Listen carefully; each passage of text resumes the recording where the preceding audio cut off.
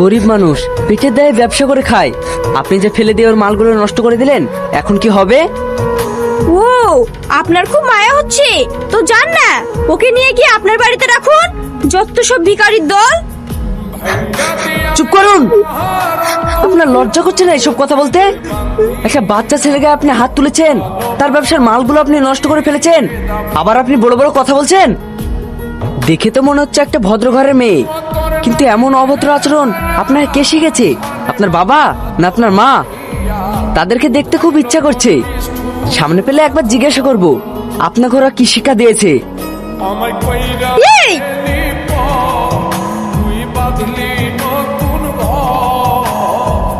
এই তুই কে রে? মুখ সামলে কথা বল। আপনি ভদ্রভাবে কথা বলুন। এই চ, ঝামেলা করিসনি। এই নে, ফকিনের বাচ্চারা, যা ক্ষতি হয়েছে এখান থেকে নিয়ে নিস, আর যেটা বেঁচে যাবে সেটা ভিক্ষে হিসেবে দিয়ে দিলাম। এই চ।